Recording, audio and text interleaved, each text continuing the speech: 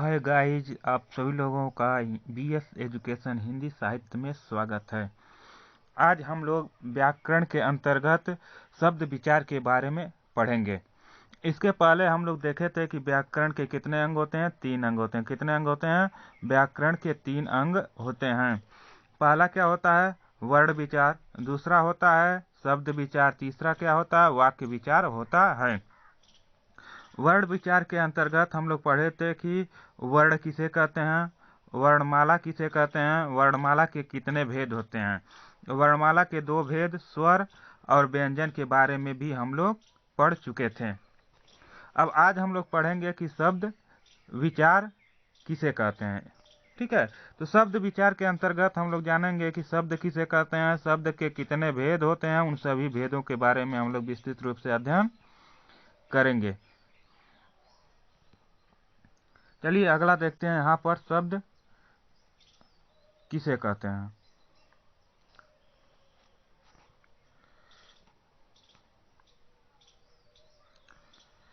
आप लोग सभी लोग जानते हैं कि 2 या 2 से अधिक वर्णों के सार्थक मेल को हम क्या कहते हैं? शब्द कहते हैं। जहाँ पर 2 या 2 से अधिक वर्ण आपस में मिलते हैं और उसका कोई अर्थ निकलता है, उसी को हम क्या कहते हैं? शब्द कहते हैं। जैसे फ, यह क्या है? फ है। उसके बाद क्या है? ल। ये 2 वर्ण हैं। कितने वर्ण हैं? 2 वर्ण हैं, 2 अक्षर हैं जो आपस में मिलेंगे तो क्या हो जाएंगे? फल एक सार्थक शब्द बन रहा है। तो इसका अर्थ निकल रहा है, इसे हम क्या कहेंगे? शब्द कहेंगे। अब 2 से अधिक, जैसे कलम हो सकता है, रमेश हो सकता है, सभी क्या अधिक वर्णों से मिलकर बने हैं, तो इसे हम सार्थक शब्द कहते हैं। अब शब्द के कितने भेद होते हैं? अगर आपसे पूछा जाए शब्द के कितने भेद होते हैं तो आप कितने बताएंगे? 4 भेद होते हैं। कितने भेद होते हैं? 4 भेद होते हैं। पहला क्या होता है? उत्पत्ति के आधार पर शब्द। पहला होता है उत्पत्ति के आधार पर शब्द। उत्पत्ति मीन्स होता है कि यह कहाँ से उत्पन्न हुए, या कहाँ से ये शब्द आए। उसके आधार पर शब्दों को कितने भागों में बांटा गया है? तो 4 भागों में बांटा गया। अगर मुख्य रूप से पूछा जाए तो 4 ही बताना है। ठीक है। और उत्पत्ति के आधार पर शब्द को जो बांटा गया है उसमें पहला क्या होता है? तत्सम शब्द। दूसरा क्या होता है? तद्भव शब्द। तीसरा होता है देश शब्द। चौथा होता है विदेश शब्द। पांचवा होता है सकट शब्द। और देखिए रचना के आधार पर शब्दों को 3 भागों में बांटा गया। कितने भागों में? 3 भागों में। पहला होता है रूढ़ शब्द, दूसरा होता है यौगिक शब्द, तीसरा होता है योग रूढ़ शब्द। और अर्थ के आधार पर देखा जाए तो अर्थ के आधार पर शब्दों को निम्नलिखित भागों में बांटा गया है। पहला पर्यायवाची शब्द, दूसरा विपरार्थी शब्द जिसे विलोम शब्द भी कहते हैं, तीसरा होता है एकार्थी शब्द, चौथा अनेकार्थी शब्द, पांचवा श्रुतिसम भिन्नार्थक शब्द। अब प्रयोग के आधार पर अगर देखा जाए तो प्रयोग के आधार पर शब्दों को 2 भागों में बांटा गया है। पहला विकारी शब्द, दूसरा अविकारी शब्द। इन सभी के बारे में हम लोग विस्तृत रूप से अध्ययन करेंगे। यहाँ देख लीजिए कि उत्पत्ति के आधार पर जो शब्द होते हैं वो कितने प्रकार के होते हैं? 5 प्रकार के होते हैं। पहला जो तत्सम शब्द होता है, तत्सम शब्द किसे कहते हैं?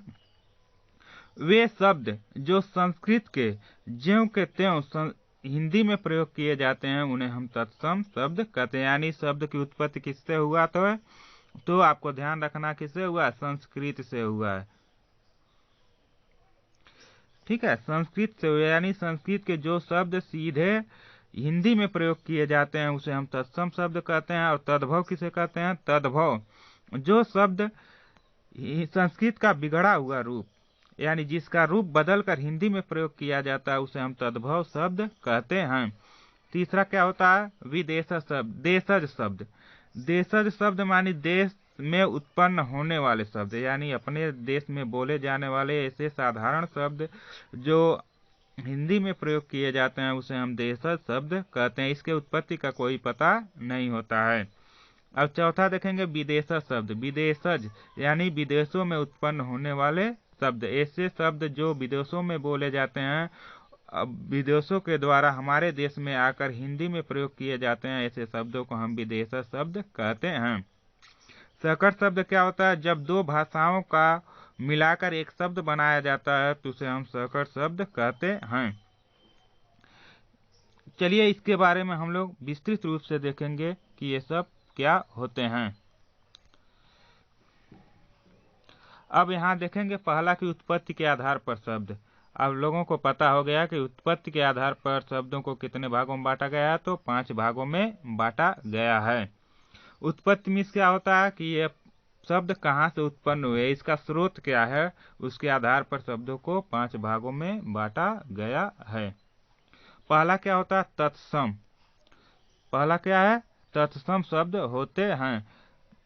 यहाँ आप लोग देख रहे हैं तत्सम को जब हम संधि विच्छेद करेंगे तो क्या हो जाएगा, तत्धन सम। क्या होगा, तत्धन सम। आपका संधि विच्छेद होगा तत्धन सम। तत्मिस क्या होता है, उसके। तत्मिस क्या होता है, उसके। सम मिस क्या होता है, समान।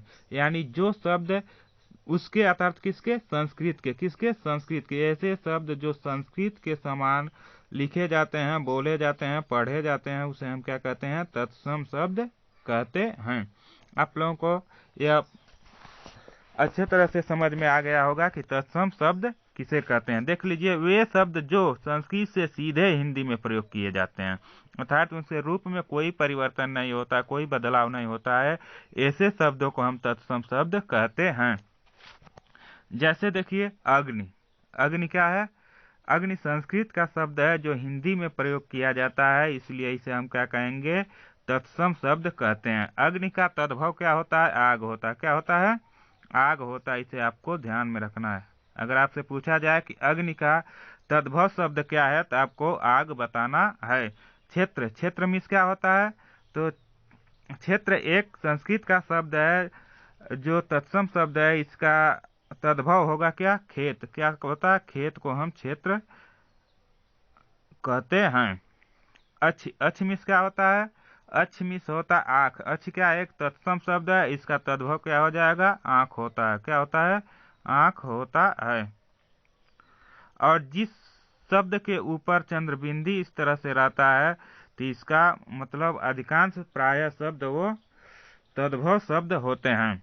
देखिए अंधकार। अंधकार क्या है, तत्सम शब्द है। अंधकार का तद्भव क्या होता है, अंधेरा। क्या होता है, अंधेरा होता है। ठीक है। और उज्जवल। उज्जवल तत्सम शब्द है, इसका तद्भव क्या होता है, उजाला। हम लोग कहते हैं ना उजाला, लेकिन संस्कृत में क्या कहा जाता है, उज्जवल कहा जाता है। उष्ट्र। उष्ट्र एक तत्सम शब्द है, इसका तद्भव क्या होता है, ऊंट। क्या होता है, ऊंट। हम लोग क्या कहते हैं, ऊंट कहते हैं ना, लेकिन संस्कृत में क्या होता है, उष्ट्र होता है। संस्कृत में क्या बोला जाता है, उष्ट्र। उष्ट्र मीन्स क्या होता है, ऊंट। और उष्ट्र का तद्भव होता है, ऊंट होता है। घृत। देखिए घृत एक संस्कृत का शब्द है, घृत मीनिंग होता है घी। घृत मीनिंग क्या होता है, घी। और इसका तत्सम शब्द होगा घृत, और घृत का तद्भव क्या होगा, घी होता है। घट। घट देखिए, घट एक तत्सम शब्द है, इसका तद्भव शब्द क्या होता है, घड़ा। घट मीन्स क्या होता है, घड़ा होता है। और उसके बाद देखिए दुग्ध। दुग्ध एक तत्सम शब्द है, या संस्कृत से लिया गया है, लेकिन इसका तद्भव शब्द, इसका बिगड़ा रूप क्या कहा जाता है, दूध कहते हैं। हम लोग क्या कहते हैं, दूध कहते हैं। लेकिन दूध का तत्सम शब्द पूछा जाए तो आपको क्या बताना है, दुग्ध बताना है। देखिए गृह। गृह क्या है, एक तत्सम शब्द है। गृह को हम आपस के बोल चाल में क्या कहते हैं, घर कहते हैं। क्या कहते हैं, घर कहते हैं। इसलिए अगर तद्भव पूछा जाए तो गृह का तद्भव क्या होगा, घर होगा। अब अगला देखिए रात्रि। रात्रि का तद्भव क्या होता है, रात। हम लोग क्या साधारण रूप में कहते हैं, रात हो गया है। और उसको संस्कृत में क्या कहा जाता है, रात्रि। क्या कहा जाता है, रात्रि कहा जाता है। इस तरह से आपको ध्यान में रखना है कि अग्नि का तद्भव आग, क्षेत्र का तद्भव खेत, अच्छ का तद्भव आँख, अंधकार का तद्भव अंधेरा, उज्जवल का तद्भव उजाला, उष्ट का ऊंट, घृत का घी, घट का घड़ा, दुग्ध का दूध, गृह का घर, और रात्रि का विलोम रात होता है। अगला देखिए, अब हम लोग पढ़ेंगे कि तद्भव शब्द किसे कहते हैं। तद्भव, इसके भी जब हम संधि विच्छेद करेंगे तो इसका क्या हो जाएगा, तत्धन भव। क्या हो जाएगा, तत्धन भव होता है। तत् मिस उसके, भव मिस उत्पन्न होना। उससे उत्पन्न होना, अर्थात किससे, वह शब्द जो संस्कृत से उत्पन्न हुआ है। पैदा हुआ है उसके हम क्या कहेंगे, तद्भव शब्द कहते हैं। अर्थात वह शब्द जो संस्कृत से उत्पन्न हुआ लेकिन वह क्या है, उसका विकृत रूप है। क्या है, उसका विकृत यानी बिगड़ा हुआ रूप है, उसी को हम तद्भव शब्द कहते हैं। इसका परिभाषा देख लीजिए, वे शब्द जो संस्कृत से विकृत यानी परिवर्तित होकर हिंदी में प्रयोग किए जाते हैं उन्हें हम तद्भव शब्द कहते हैं। आप लोगों को समझ में आ गया होगा कि वह शब्द जो संस्कृत से विकृत होकर परिवर्तित होकर हिंदी में प्रयोग किया जाता है उसे हम तद्भव शब्द कहते हैं।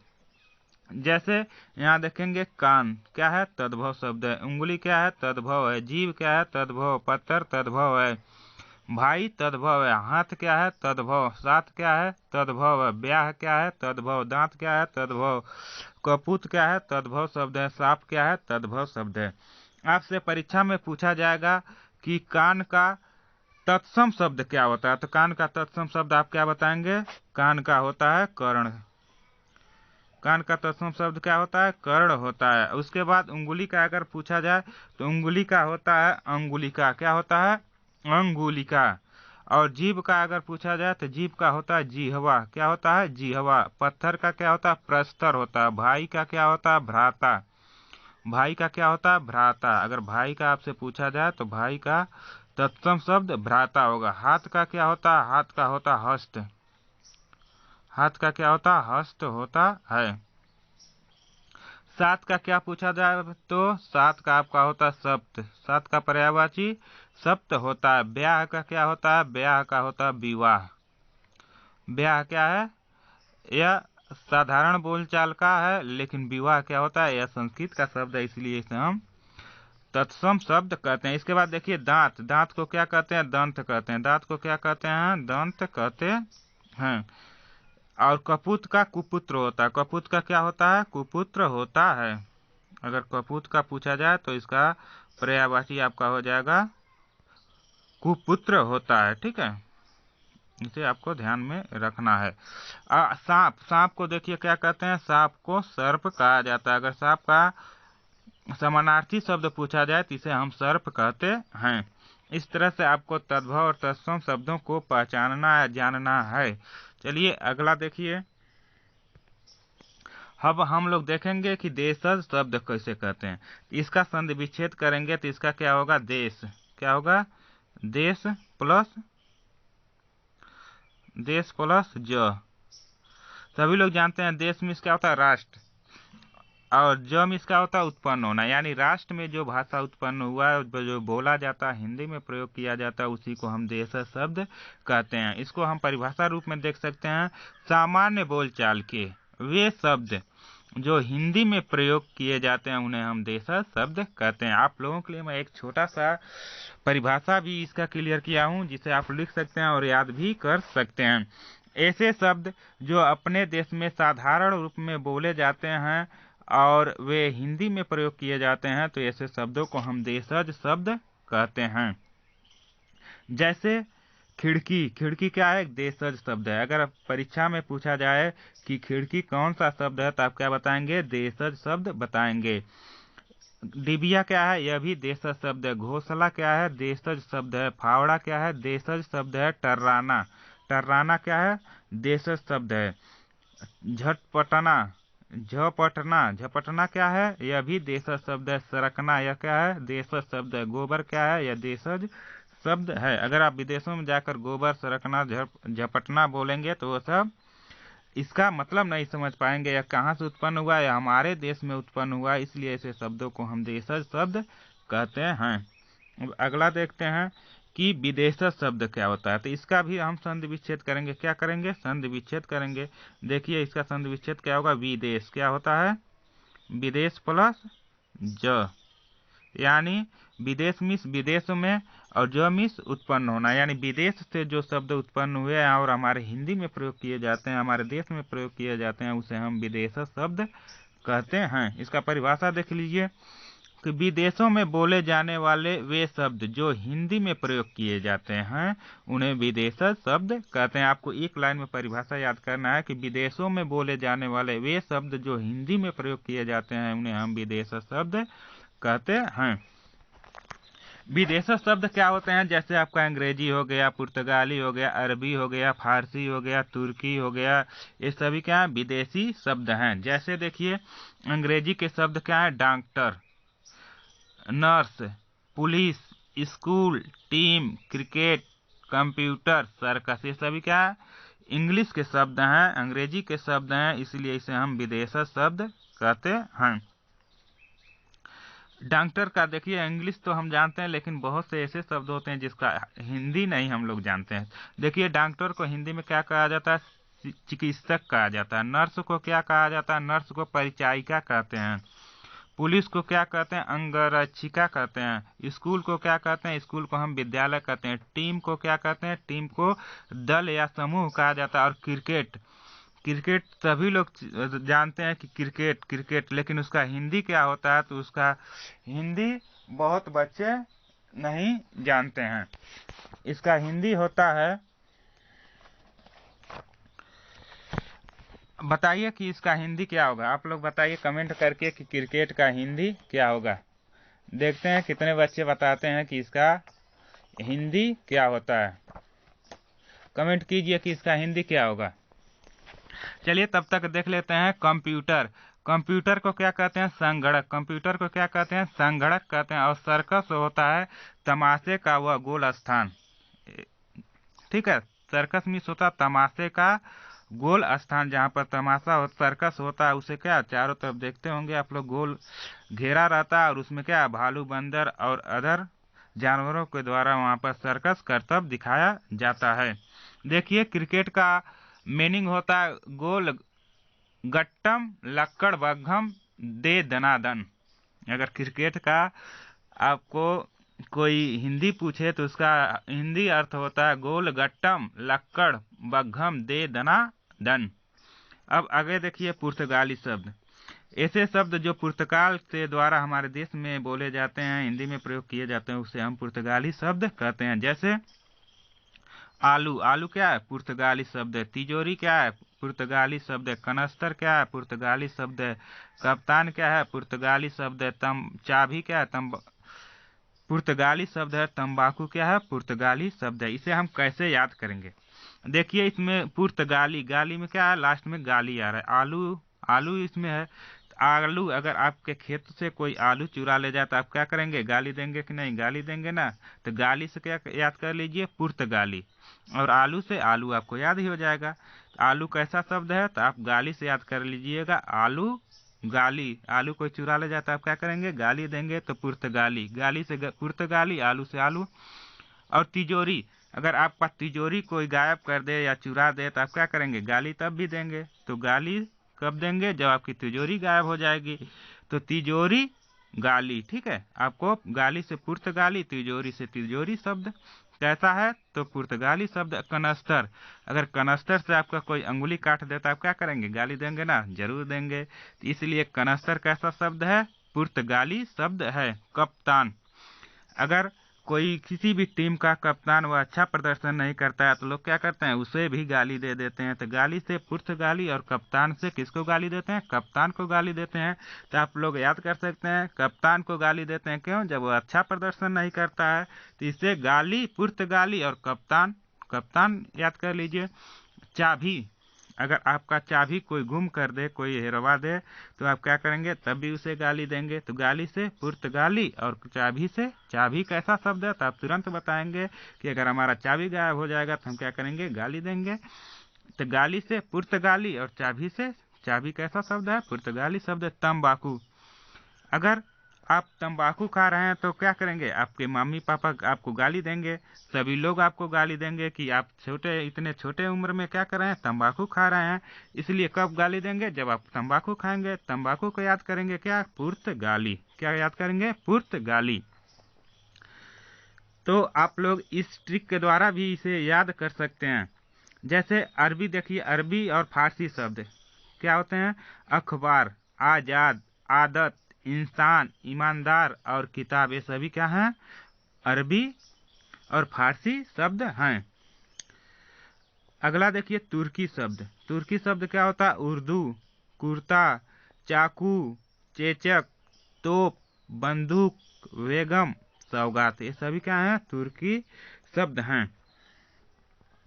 तुर्की से हम लोग एक शब्द बनाएंगे इसे याद करने के लिए कि तुर्की में को एक शब्द बनाइए तरकीब। क्या बनाइए? तरकीब। तो तरकीब यानी आपको जब उर्दू सीखना है, उर्दू शब्द को सीखना है, तो आपके पास तरकीब होना चाहिए कि नहीं? कोई न कोई नया तरकीब करेंगे तभी आपको उर्दू सीखने आएगा।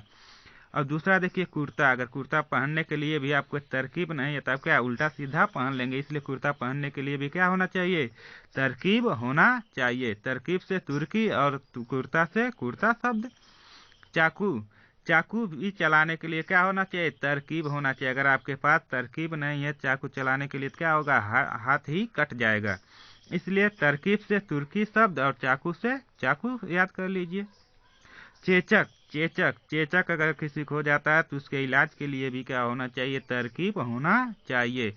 और अगला देखिए तोप। तोप क्या है? अगर तोप चलाने के लिए आपको भेज दिया जाए तो आप वैसे चला लेंगे? नहीं चला पाएंगे, उसके लिए भी क्या होना चाहिए? तरकीब होना चाहिए। बंदूक भी चलाने के लिए क्या होना चाहिए? तरकीब होना चाहिए।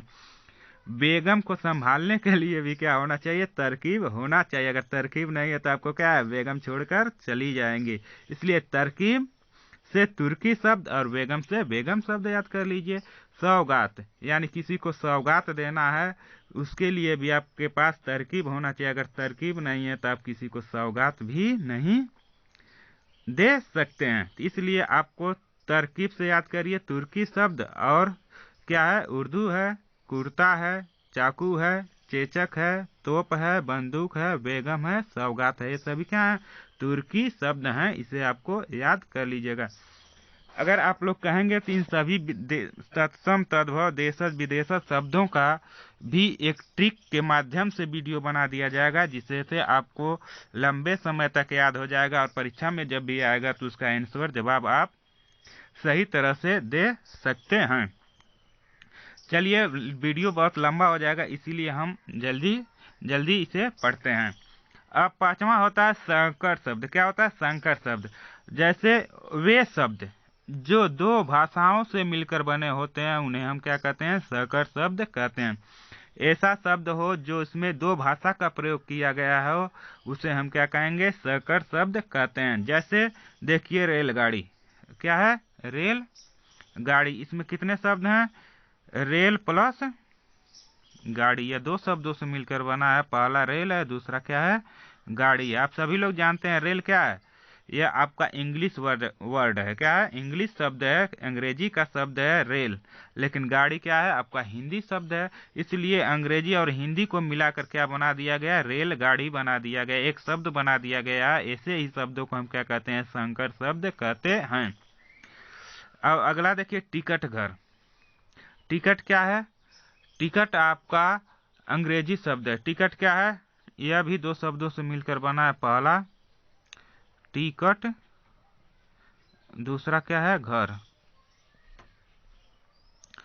टिकट क्या है? अंग्रेजी भाषा का शब्द है। दूसरा घर क्या है? यह हिंदी भाषा का शब्द है, जिसे मिलाकर एक शब्द बनाया गया टिकट घर। इसलिए टिकट घर क्या है? संकर शब्द है। अगर आपसे पूछा जाए टिकट घर कैसा शब्द है तो आपको संकर शब्द लगाना है। यहाँ देखिए डाकघर। डाकघर में भी दो शब्द बना, पहला डाक, दूसरा घर। यह डाक जो है किस भाषा का शब्द है? यह फारसी भाषा का शब्द है। और घर हिंदी भाषा का शब्द है, जिसे मिलाकर क्या हो रहा है? एक नया शब्द बन रहा है, जिसे हम संकर शब्द कहते हैं। चालबाज। चाल क्या है? आपका हिंदी शब्द है। चाल क्या है? हिंदी शब्द है। और बाज क्या है? आपका फारसी शब्द है। इस तरह से चालबाज जब दोनों को एक में मिला दिया गया तो यह क्या बन गया? चालबाज बन गया। उसी तरह से घड़ी साज। इसमें क्या है? पहला शब्द घड़ी है। क्या है? पहला शब्द घड़ी है और दूसरा क्या है? साज है। यह घड़ी आपका क्या है? हिंदी शब्द है। और साज क्या है? आपका फारसी शब्द है। इन दोनों हिंदी और फारसी शब्द को जब आपस में मिला दिया गया तो क्या बन गया? घड़ी साज बन गया। ऐसे शब्द जो दो भाषाओं के मेल से बनते हैं, ऐसे शब्दों को ही हम संकर शब्द कहते हैं। इसे आपको ध्यान में रखना है।